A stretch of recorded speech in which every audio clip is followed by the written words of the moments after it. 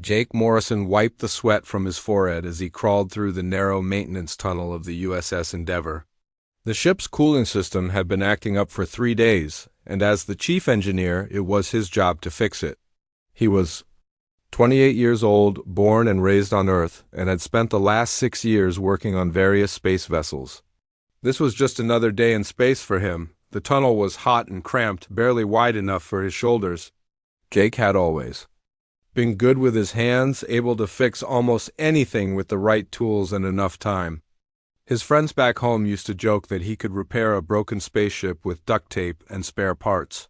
They weren't entirely wrong. Suddenly the ship's alarm system started blaring. Red lights flashed throughout the corridor, and Jake could hear the captain's voice over the intercom.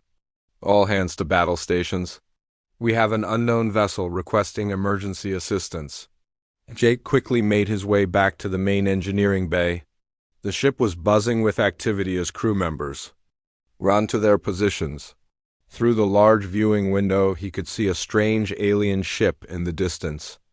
It was unlike anything he had seen before, with sleek silver curves and what looked like crystal formations along its hull. Captain Rodriguez stood on the bridge, studying the readings on his screen. "What do we know about this vessel?" he asked his communications officer. "It's Zephyrian, sir," Lieutenant Collins replied. "They're saying their princess has been captured by pirates. They're requesting immediate assistance?" Jake had heard of the Zephyrians before. They were an ancient alien race known for their advanced technology and strict honor codes. They rarely asked other species for help, which meant this situation was serious. "Sir, we're picking up multiple pirate ships in the area," the radar operator announced. "Looks like the Crimson Fleet. They've got the princes aboard their flagship." Captain Rodriguez frowned. The Crimson Fleet was bad news. They were known throughout the galaxy for their ruthless tactics and advanced weapons. Taking on their entire fleet would be suicide for a single exploration vessel. "We can't take on the whole fleet," the captain said. "But we can't just leave either. Any ideas?" Jake stepped forward. "Sir, I might have a solution. If I could get aboard their ship quietly, I might be able to rescue the princess without a direct confrontation." The captain looked at him with concern. "That's extremely dangerous, Morrison. You'd be going in alone against trained pirates." "I know, sir, but I've studied their ship designs. They have weak points that our scanners can exploit. I think I can get in and out without being detected." The captain was quiet for a moment, weighing his options. "Absolutely not. I won't risk losing one of my best engineers on a suicide mission." But Jake was already thinking about the innocent life at stake. The princess was probably scared and hurt, waiting for someone to save her. He had joined the space service too. Help people, not to stand by and watch when someone needed help. "With respect, sir, I'm volunteering for this mission." "I know the risks." Before the captain could respond, Jake was already heading toward the shuttle bay. He had made up his mind. Someone had to try, and he was probably the best chance they had. Jake quickly prepared a small shuttle for the rescue mission. He modified its sensors to avoid detection and packed it with basic tools and weapons. The shuttle wasn't built for stealth, but Jake's engineering skills allowed him to make it work. He used spare parts from the ship's storage to create a makeshift cloaking device that would hide the shuttle's energy signature. As he prepared to launch, Captain Rodriguez appeared in the shuttle bay. "I can't order you to do this, Morrison, but I can't stop you either. Just promise me you'll be careful." "I will, sir. If I'm not back in 4 hours, assume I didn't make it." Jake launched the shuttle and began his approach to the pirate flagship. The ship was massive, easily 10 times the size of the USS Endeavour. It was covered in weapons and armor, looking like a floating fortress. Jake knew he had to find a way inside that no one would expect. He studied the ship's structure and noticed something the pirates had probably overlooked. Like most ships, it had a waste disposal system that vented into space. The opening was small and heavily shielded, but Jake thought he could squeeze through it. It wasn't a dignified entrance, but it would work. Jake maneuvered his shuttle close to the waste port and carefully entered the ship through the disposal system. The smell was terrible, but he pressed on. He crawled through the narrow pipes until he found an access panel that led to the ship's lower levels. Once inside, Jake activated his scanner to locate the princess.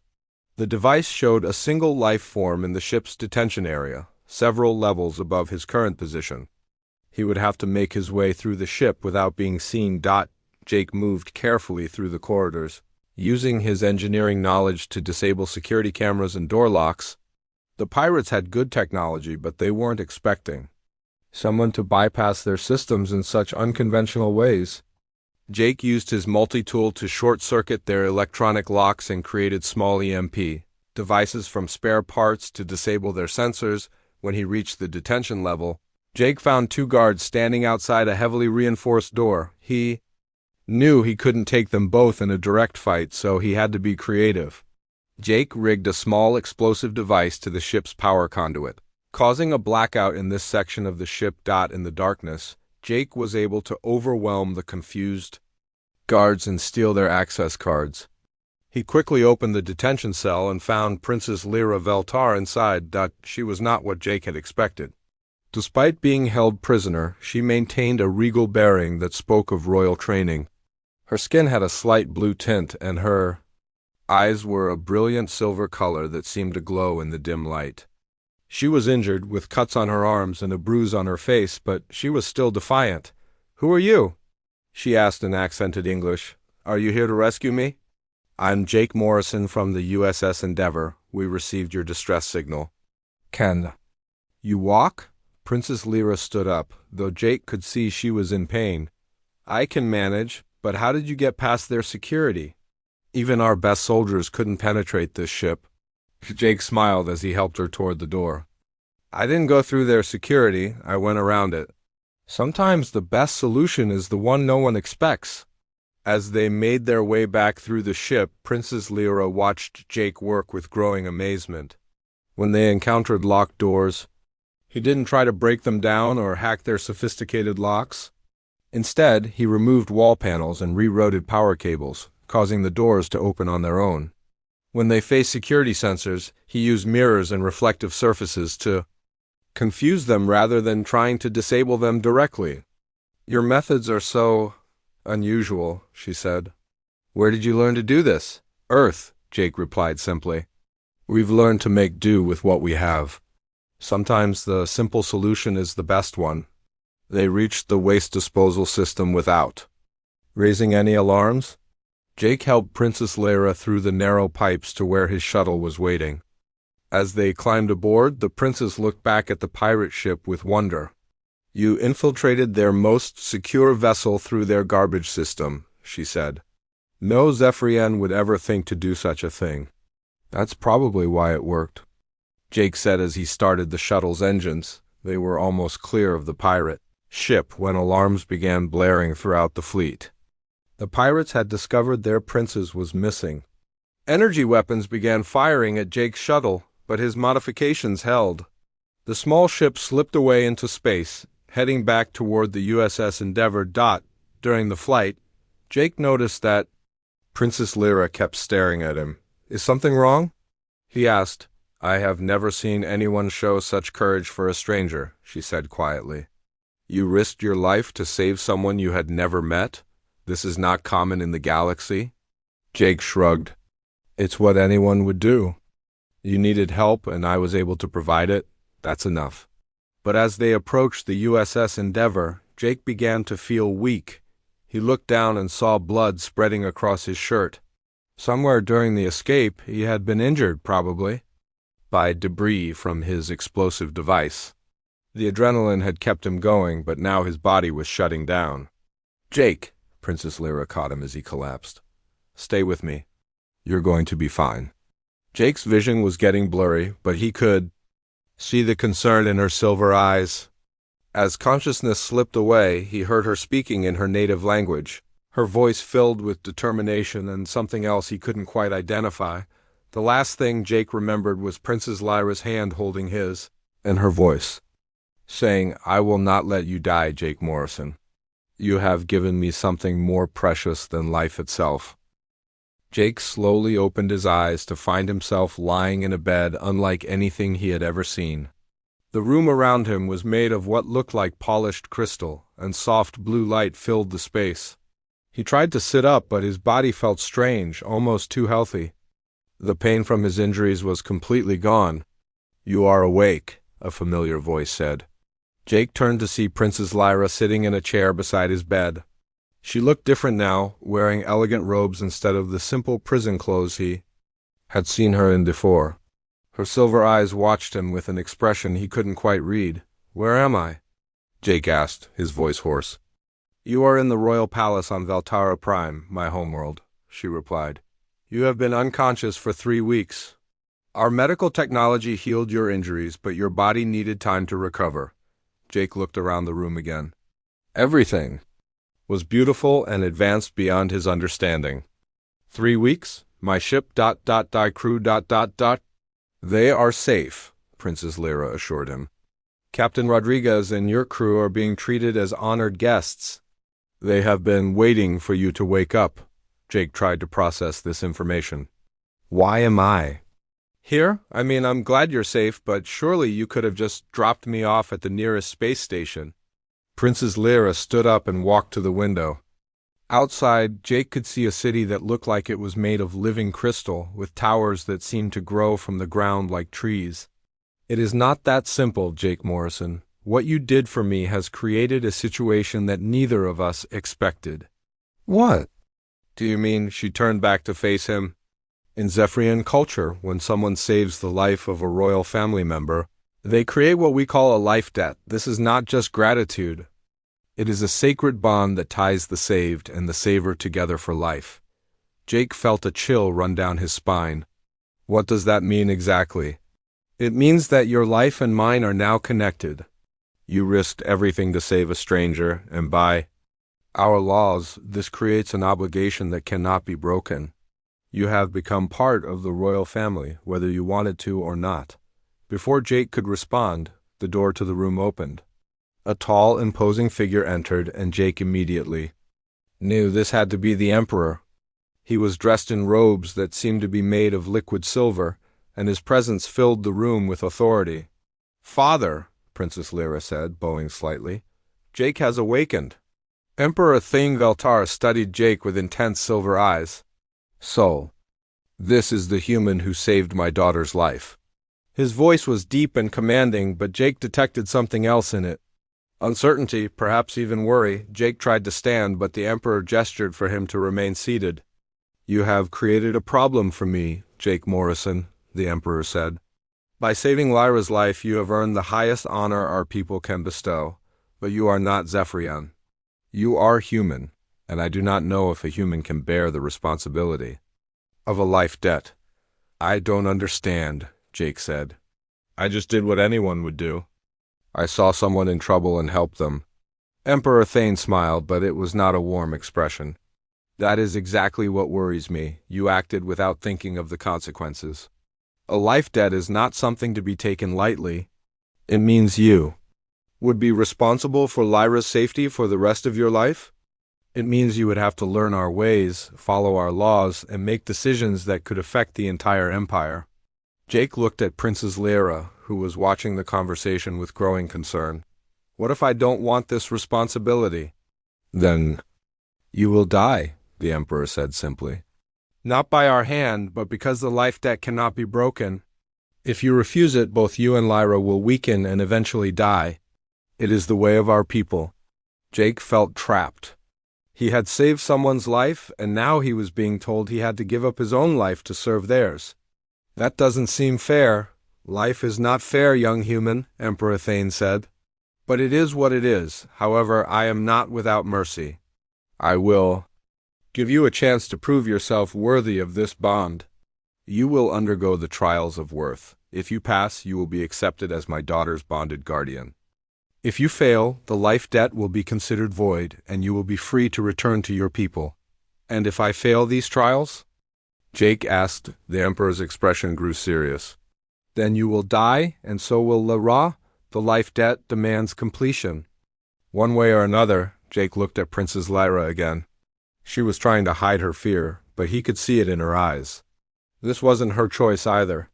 They were both trapped by ancient laws and traditions. "What do these trials involve?" Jake asked. "3 tests," the Emperor replied. "First, a test of your mind. You must solve a problem that our best scholars have worked on for decades. Second, a test of your body. You must survive in our most dangerous wilderness for 7 days without help. Third, a test of your spirit. You must prove that you understand what it means to sacrifice for others." Jake thought about his options. He could try to refuse, but that would mean both he and Princess Lyra would die. He could attempt the trials, but he might fail and die anyway. Or he could accept that his life had changed forever and try to make the best of it. "When do we start?" he asked. Emperor Thane looked surprised. "You accept the trials? I don't have much choice, do I?" Jake said. "Besides, I've never backed down from a challenge before." The next morning, Jake was taken to a vast library filled with crystal tablets and holographic displays. The first trial was about to begin. A group of Zephyrian scholars had gathered to watch, their faces showing mixtures of curiosity and skepticism. "This is the problem," Emperor Thane said, gesturing to a complex diagram floating in the air. "Our cities are powered by crystal formations that grow naturally in our planet's core.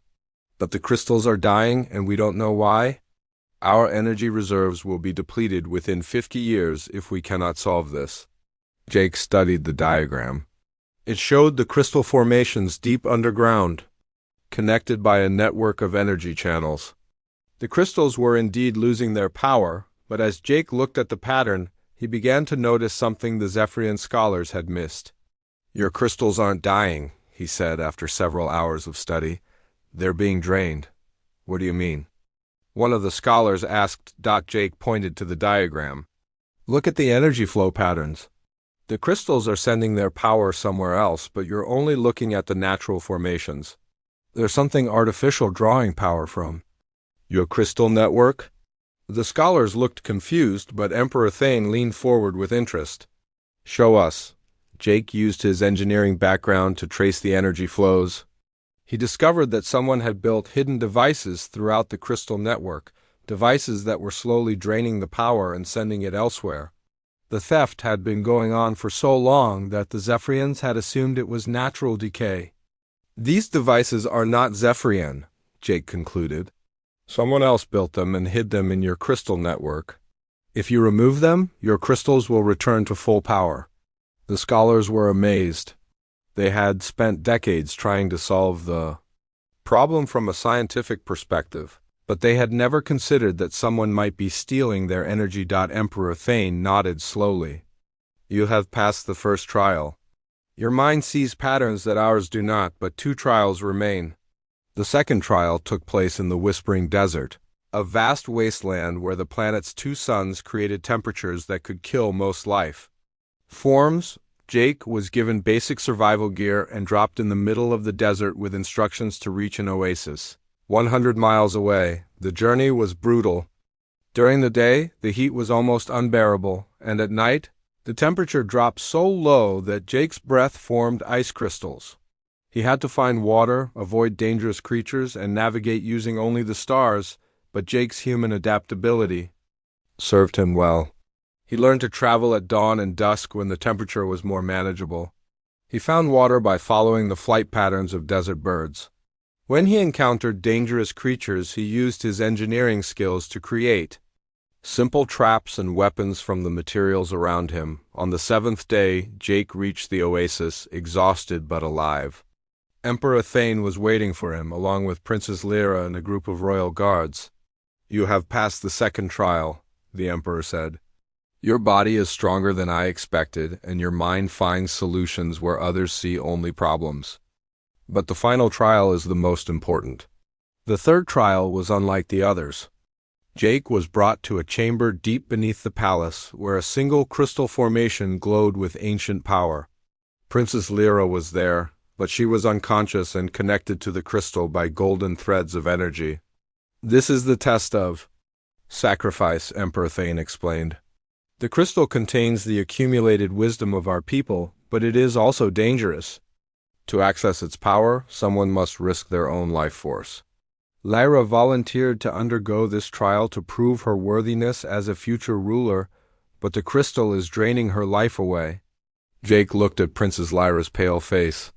She was dying, and he could see her life force being pulled into the crystal. What do I have to do? Jake asked. You can save her by taking her place, the Emperor said. But the crystal may kill you instead, or you can choose to let her die and return to your people. The choice is yours. Jake didn't hesitate. He walked to the crystal and placed his hands on its surface. Get her out of there. The Emperor's guards quickly disconnected Princess Lyra from the crystal. Jake stood in his quarters staring at the ceremonial robes that had been laid out for him. The fabric was unlike anything on Earth, seeming to shift colors as he moved. Tomorrow would be the bonding ceremony, and he still wasn't sure he understood what he was getting himself into. A soft knock at his door interrupted his thoughts. Come in, he called. Princess Lyra entered, wearing simple clothing instead of her usual royal robes. She looked nervous, which was unusual for her. I wanted to talk to you before tomorrow, she said. I'm listening, Jake replied, sitting down across from her. Are you sure about this? She asked. Once we go through with the ceremony, there will be no going back. You will be bound to me and to my people forever. You will never be able to return to your old life. Jake considered her words carefully. Over the past few days, he had been thinking about exactly this question. His life on Earth seemed very far away now. His job, his friends, even his family felt like they belonged to someone else. I've been thinking about that, he said. The truth is, I don't think I could go back even if I wanted to. What I saw in that crystal changed me. I know things now that I can't unknown. And there's something coming that threatens everyone, not just your people. Princess Lyra nodded slowly. The Void Collective. Father has been researching them since you told us about your vision. What you saw matches ancient records we had almost forgotten. Then you know we don't have much time, Jake said. From what I saw, they'll be here within months. Your people need to prepare, and maybe I can help with that. But why? Princess, Lyra asked. You could warn your own people and let them prepare. You don't have to stay here and fight our battles. Jake stood up and walked to the window. Outside, he could see Zephyrian citizens going about their daily lives, unaware of the danger approaching. Because it's not just your battle. The Void Collective doesn't stop with one planet or one species. They consume everything in their path. If we don't stop them here, they'll eventually reach Earth too. Princess Lyra was quiet for a long moment.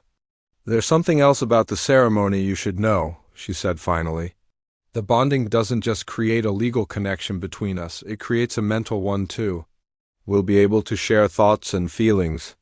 Some bonded pairs can even communicate without speaking. Jake turned back to her. Is that why you're nervous? Partly, she admitted. I've been trained to rule, to make decisions that affect millions of people, but I've never had to share my mind with someone else. What if you don't like what you find there? Jake smiled.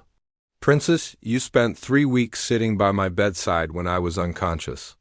You volunteered to risk your life in that crystal trial. You've shown me nothing but kindness and courage. I think I can handle whatever thoughts you have. The next morning, Jake was taken to the sacred temple of Veltara. The building was carved from a single massive crystal, and it seemed to glow with its own inner light. Thousands of Zephyrians had gathered to witness the ceremony, including representatives from other worlds who had come to see this historic event. Emperor Thane met Jake at the entrance to the temple. Are you ready for this, my son? He asked. Over the past weeks, the Emperor had begun treating Jake less like a stranger, and more like family. As ready as I can be, Jake replied. Good, the Emperor said. Remember, the ceremony will test both of you. The sacred crystal will judge whether your bond is genuine or simply a matter of obligation. If it finds you unworthy, the ceremony will fail, and you will both die. That's encouraging, Jake said dryly. Emperor Thane smiled. You have faced every challenge so far with courage and humor. I have confidence in you. They entered the temple together. The inside was even more impressive than the outside. The walls were covered in carvings that seemed to move in the crystal's light, telling the story of the Zephyrian people. At the center of the temple was a raised platform with a crystal formation that pulsed with golden energy.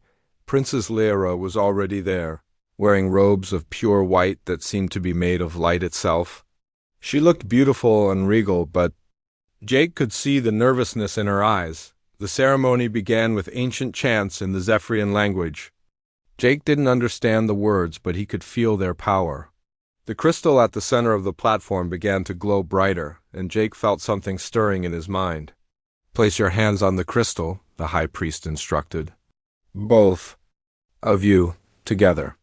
Jake and Princess Lyra approached the crystal. As they placed their hands on its surface, Jake felt a shock of electricity run through his body, but this wasn't painful. Instead, it felt like coming home. Suddenly, Jake could hear Princess Lyra's thoughts as clearly as if she were speaking. But more than that, he could feel her emotions. Her fear, her hope, her determination to protect her people. And underneath it all, he sensed something else. She cared about him, not just as her savior, but as a person. Princess Lyra gasped as she felt Jake's thoughts entering her mind. She experienced his memories of growing up on Earth, his love for fixing things, his desire to help people. She felt his loneliness in space, his joy at making friends with his crewmates, and his wonder at seeing new worlds. But then something unexpected happened. The crystal began to pulse with a different kind of energy. Instead of the golden light they expected, it began to glow with a mixture of colors that no one had ever seen before. "What's happening?" Emperor Thane asked the high priest. "I don't know," the priest replied. "This has never happened before." Jake felt his consciousness expanding beyond just his connection with Princess Lyra. He could sense the thoughts and emotions of everyone in the temple, then everyone in the city, then everyone on the planet. For a brief moment, he was connected to the entire Zephyrian species. Through this connection, Jake saw things that no individual Zephyrian had ever seen. He saw the collective fears of the people, their hopes for the future, their memories of past struggles. But most importantly, he saw their potential for greatness when they worked together. Princess Lyra was experiencing the same thing, but through Jake's human perspective, she saw how humans faced challenges, how they adapted and overcame obstacles that seemed impossible. She understood for the first time why Jake had been able to solve problems that had stumped Zephyrian scholars for decades. The crystal's energy reached a peak, and suddenly both Jake and Princess Lyra could see the future. Not clearly, but in glimpses and fragments. They saw the void collective approaching, their ships blotting out the stars. They saw battles fought across multiple worlds, with species they had never heard of joining the fight. They saw victory and defeat, hope and despair, all mixed together in a swirling vision of what was to come, but through it all, they saw themselves standing together, facing whatever came their way as partners. The energy gradually faded, and Jake and Princess Lyra found themselves still standing before the crystal. But something had changed. They were no longer just two separate people connected by ceremony. They were something new, something that had never existed before. "The bonding is complete," the high priest announced, though his voice showed his confusion about what they had. All witnessed. Emperor Thane approached them. "How do you feel?" he asked. Jake looked at Princess Lyra, and she looked back at him. They didn't need to speak to communicate. They could feel each other's thoughts and emotions as if they were their own.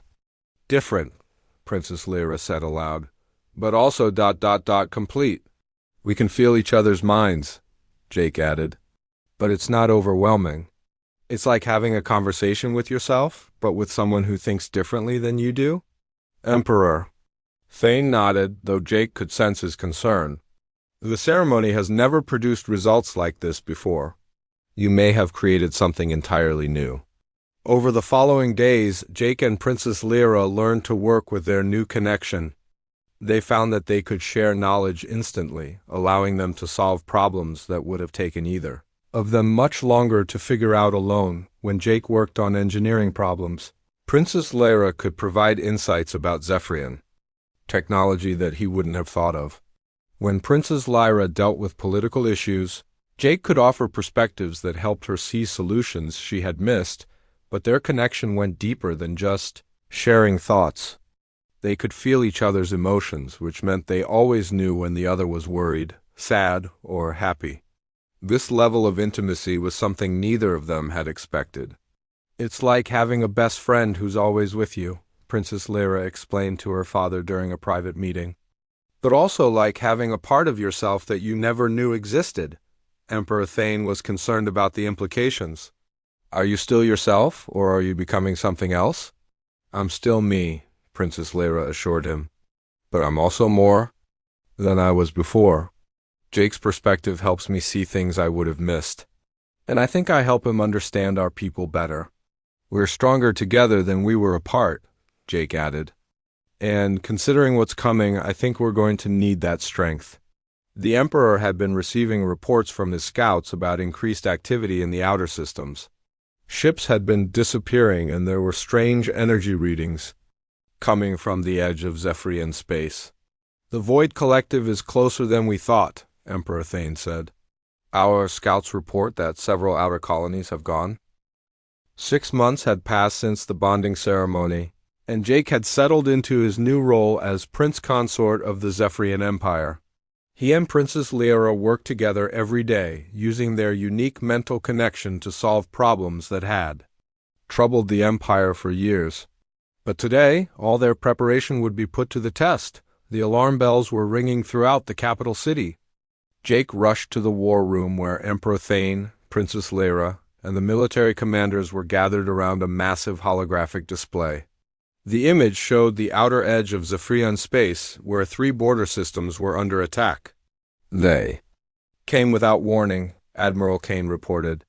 "The Void Collective ships appeared simultaneously in all 3 systems. Our defense fleets are trying to hold them back, but they're unlike anything we've ever fought." Jake studied the display. The enemy ships didn't look like normal spacecraft. They were organic, seeming to grow and change shape as they moved. Some looked like massive jellyfish floating through space, while others resembled giant insects with metallic wings. "Show me the battle recordings," Jake said. The display changed to show actual footage from the fighting. Jake watched as Zephyrian warships fired their most powerful weapons at the Void Collective vessels. The energy beams hit their targets, causing damage, but within minutes the enemy ships began to adapt. Their hulls changed, becoming resistant to the same weapons that had just hurt them. "They're learning," Princess Lyra said, her voice tense. Through their bond, Jake could feel her concern. "Every attack we make teaches them how to defend against it." "That's exactly the problem," Jake replied. "Traditional warfare won't work against an enemy that adapts to everything you throw at them." Admiral Kane looked frustrated. "Then what do you suggest, Your Highness?" "We can't just let them destroy our colonies." Jake thought for a moment, remembering his training as an engineer. When a machine stopped working, you didn't always fix it by using the same methods that worked before.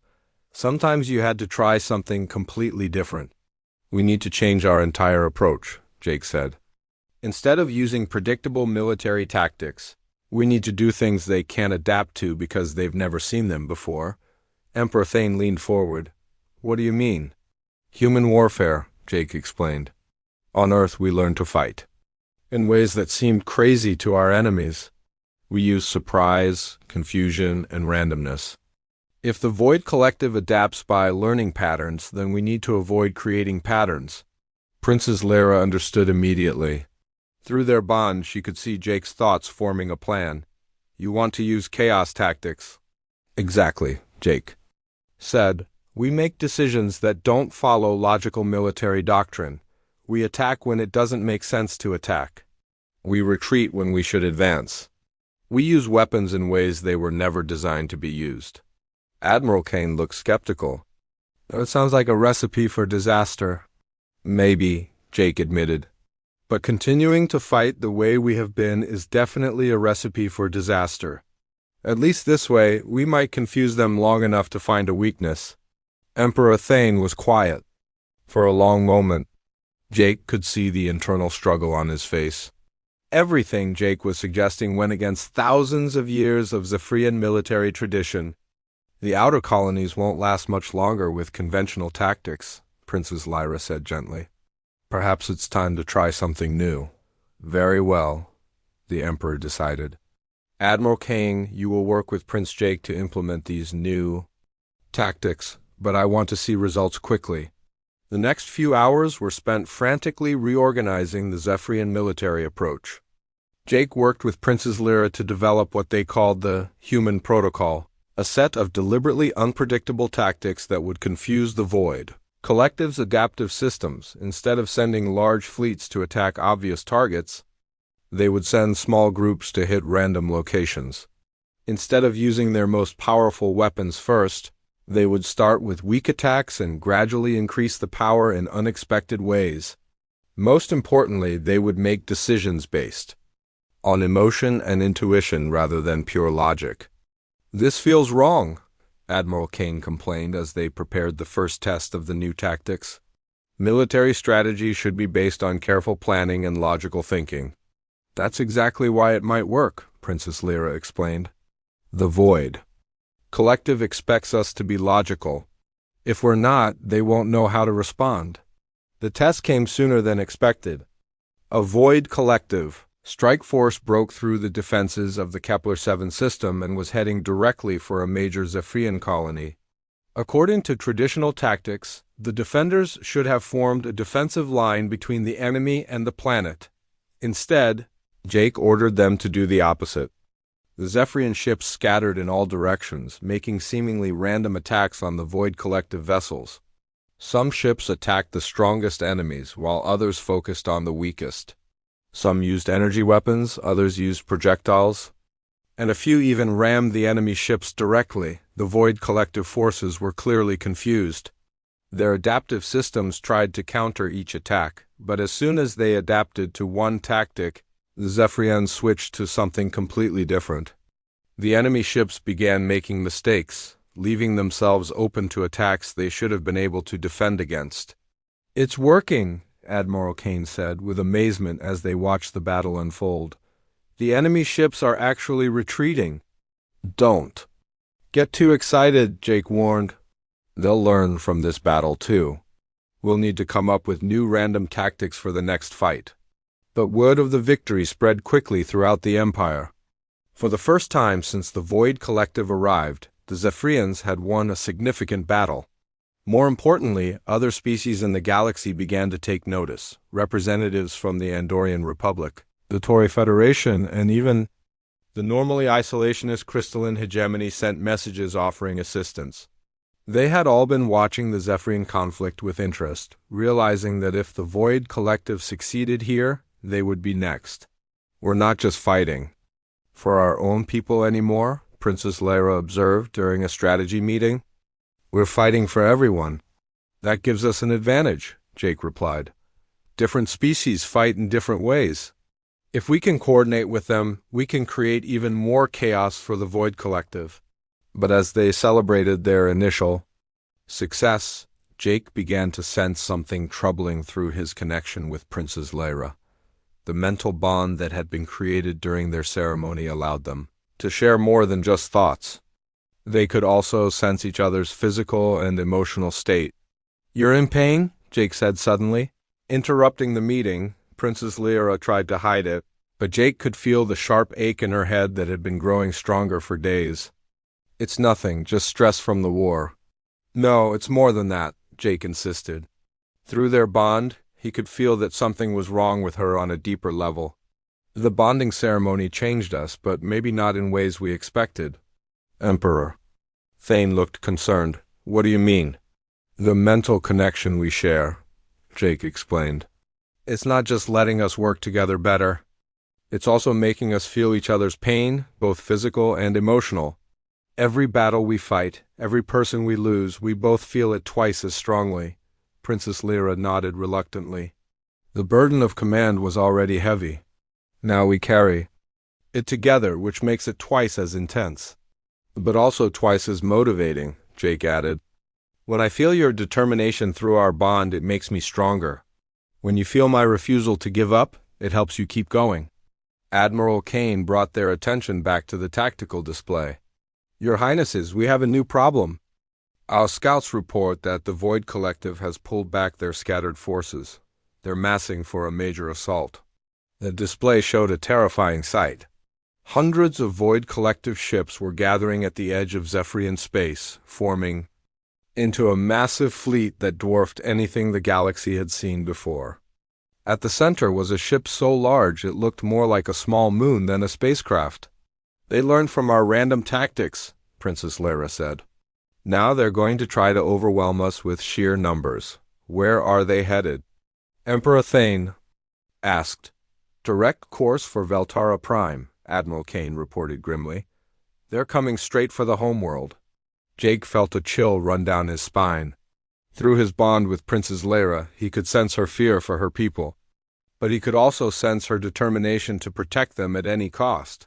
How long do we have? Jake asked. At their current speed, maybe 2 weeks, Admiral Kane replied. Then we use those 2 weeks to prepare the greatest defense in galactic history. Princess Leia declared, not just Zephyrian ships, but vessels from every species willing to fight. And we make sure this battle is so chaotic, so unpredictable, that the Void Collective won't know what hit them. Jake added, over the next several days, ships began arriving from across the galaxy. The Andorians brought their fast attack vessels. The Tauri contributed their powerful battleships. The crystalline hegemony provided ships that could phase in and out of normal space. Even Jake's old ship, the USS Endeavor, arrived with a small fleet of human vessels. Captain Rodriguez was among the human commanders who came to help. Never thought I'd see you as royalty, Morrison, he said with a grin when they met in the planning room. Never thought I'd be commanding. The space around Veltara Prime had never seen so many ships gathered in one place. Vessels from dozens of different species floated in defensive formations, their crews waiting for the battle that would decide the fate of the galaxy. Jake stood on the bridge of the flagship, looking out at the mixed fleet through the viewing window. Final count shows over 800 ships, Admiral Kane reported. Humans, Andorians, Tauri, crystallines, and 20 other species. It's the largest Alliance fleet in recorded history. Princess Leia joined Jake at the window. Through their mental bond, he could feel her mixture of pride and fear. Pride in seeing so many different peoples working together, and fear that it might not be enough. The Void Collective fleet is twice our size, she said quietly. And their ships are larger than ours. Size isn't everything, Jake replied. We have something they don't have. We have diversity. Every species here fights differently, thinks differently. They can't adapt to what they can't predict. Emperor Thane approached from the command center. All ships report ready for battle. The Void Collective fleet will be within range in 1 hour. Jake activated the fleet-wide communication system. His voice would now reach every ship in the Alliance fleet. This is Prince Jake Morrison. In 1 hour we will face an enemy that has destroyed countless worlds and consumed entire civilizations. They think they know how we fight because they've studied our tactics. But today we're going to show them something they've never seen before. He paused, feeling Princess Leia's thoughts joining with his through their bond. Together they shared the same message with the fleet. Today, we don't fight as separate species with our own agendas. We fight as one galaxy defending our right to exist. Use every trick, every crazy idea you've ever had. The unpredictable, be chaotic, be human. A cheer went up from the human ships, and it was quickly picked up by the other vessels. Even species that didn't normally show emotion were caught up in the moment. They're here, the sensor operator announced on the main display. The Void Collective fleet appeared at the edge of the system. The sight was terrifying. Hundreds of organic-looking ships moved in perfect formation, led by the massive command vessel that dwarfed everything around it. The enemy fleet moved like a single living creature, each ship knowing exactly where it needed to be. Look at how they move, Princess Leia observed. Perfect coordination, no wasted motion. They're like a hive mind? That's their strength, Jake said. But it's also their weakness. A hive mind thinks in patterns. It expects order. What happens when you throw chaos at something that only understands order? The Void Collective fleet began its approach, maintaining perfect formation. Their ships started charging weapons that glowed with dark energy. But instead of waiting for them to get closer, Jake gave an order that surprised everyone. All ships, begin random maneuvers. Don't wait for them to attack. Start the chaos now. The Alliance fleet scattered in all directions. Human ships dove toward the planet's surface before pulling up at the last second. Andorian vessels began spinning and rolling as they flew. Crystalline ships phased in and out of normal space randomly. To any military observer, it looked like complete madness. The Void Collective fleet hesitated. Their perfect formation wavered as they tried to respond to movements that made no sense.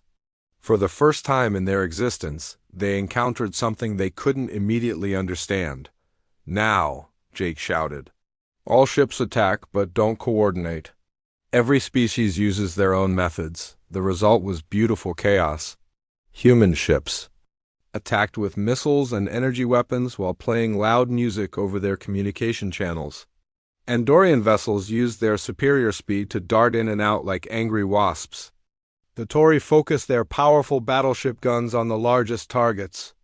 The crystallines appeared inside the enemy formation, fired a few shots, then vanished before the Void Collective could respond. The enemy ships tried to adapt, but every time they adjusted to counter one species' tactics, 3 other species would attack using completely different methods. Their organic hulls began showing signs of strain as they tried to modify themselves too quickly. "It's working," Admiral Kane said with amazement. "The enemy fleet is losing formation." But Jake knew this was just the beginning. Through his bond with Princess Leia, he could sense that the real challenge was still ahead. The massive command ship at the center of the enemy fleet hadn't moved yet. "The big one is their hive mind," Princess Leia said, reading his thoughts. "As long as it's intact, they can eventually adapt to our tactics. Then we have to take it out," Jake replied. "But that ship is protected by hundreds of others. How do we get close enough?" The answer came to him through their bond. Princess Leia was thinking the same thing, and together they reached the same conclusion. "We don't try to fight our way through," Princess Leia said. "We go around." Jake turned to Admiral Kane. "How fast can you get us a small, fast ship?" "Your Highness, you can't be thinking of what I think you're thinking," the Admiral protested. "Someone has to get to that command ship," Jake explained. "It has to be us. Our mental bond gives us an advantage that no one else has. We can coordinate perfectly without communication." "It's suicide," Emperor Thane said, joining the conversation. "That ship is defended by the most powerful weapons in their fleet." "Maybe," Princess Leia said. "But if we don't try, we'll lose this battle anyway. The longer it goes on, the more they'll adapt to our tactics." Jake and Princess Leia looked at each other. Through their bond, they shared the same determination. They had come this far together, and they would see it through to the end. "Prepare the fastest ship in the fleet," Jake ordered. "We're going to end this." 20 minutes later, Jake and Princess Leia were aboard a modified Andorian scout ship. It was small, fast, and equipped with experimental cloaking technology provided by the crystallines. Their plan was simple in concept, but nearly impossible to execute. They would use the chaos of the main battle to sneak through the enemy fleet and reach the command ship. Once there, they would use a weapon Jake had designed based on his understanding of the Void Collective's hive mind structure. If it worked, it would disrupt their collective consciousness and leave the fleet vulnerable. "Ready?" Princess Leia asked as they prepared to launch. "Ready," Jake replied. Through their bond, he could feel her fear, but also her absolute trust in him. It gave him strength. They launched from the flagship and immediately dove into the middle of the battle. Around them, ships from both sides fired weapons that lit up space like fireworks. Jake piloted the small ship with skills he had learned as an engineer, using every trick he knew to avoid the massive weapons being fired around them. Princess Leia used her training to help navigate through the chaos. Her understanding of space, combat tactics, combined with Jake's intuitive flying, allowed them to slip between enemy ships without being detected. "There," Princess Lyra pointed to a gap in the enemy formation. "The command ship is just beyond those 3 vessels." Jake pushed the ship to its limits, racing through the gap before the Void Collective could close it. Suddenly, they were face to face with the massive command vessel. It was even larger up close, its organic hull pulsing with dark energy. "Deploy the disruptor," Jake said. Princess Lyra activated the weapon Jake had designed. It was based on the same principles as the crystal technology that had bonded them together, but reversed. Instead of creating connections, it would sever them. The weapon fired a beam of pure energy at the command ship's core. For a moment, nothing happened. Then the massive vessel began to convulse as if in pain. The dark energy that had been flowing through its hull began to flicker and fade. "It's working!" Princess Lyra shouted. "The hive mind is breaking apart." Throughout the Void Collective fleet, ships began to lose coordination. Some stopped moving entirely. Others began attacking each other as their shared consciousness collapsed. The perfect formation that had made them so dangerous fell apart. In minutes. "All ships, press the attack," Jake broadcast to the Alliance fleet. "Now's our chance." The battle turned into a rout. Without their hive mind to coordinate them, the Void Collective ships were no match for the combined Alliance fleet. One by one, they were destroyed or driven from the system, but the command ship wasn't finished yet. As its hive mind collapsed, it began to focus all its remaining energy on a final attack aimed directly at Jake and Princess Lyra's small ship. "It's targeting us," Princess Lyra said. "We can't outrun that weapon." Jake made a decision that would have seemed impossible before their bonding. Instead of trying to escape, he flew their ship directly toward the command vessel. "What are you doing?" Princess Lyra asked. "Something unpredictable," Jake replied. Through their bond, she understood. His plan immediately, they crashed their ship into the command vessel's hull, but at the last second they ejected in escape pods. The ship's explosion damaged the command vessel's weapon just as it fired, causing the energy beam to backfire into the ship itself. The massive command ship began to tear itself apart from the inside. Explosions rippled across its hull as its own weapon turned against it. Within minutes, the ship that had led the Void Collective invasion was nothing but debris floating in space. Jake and Princess Lyra were rescued by an Andorian vessel a few hours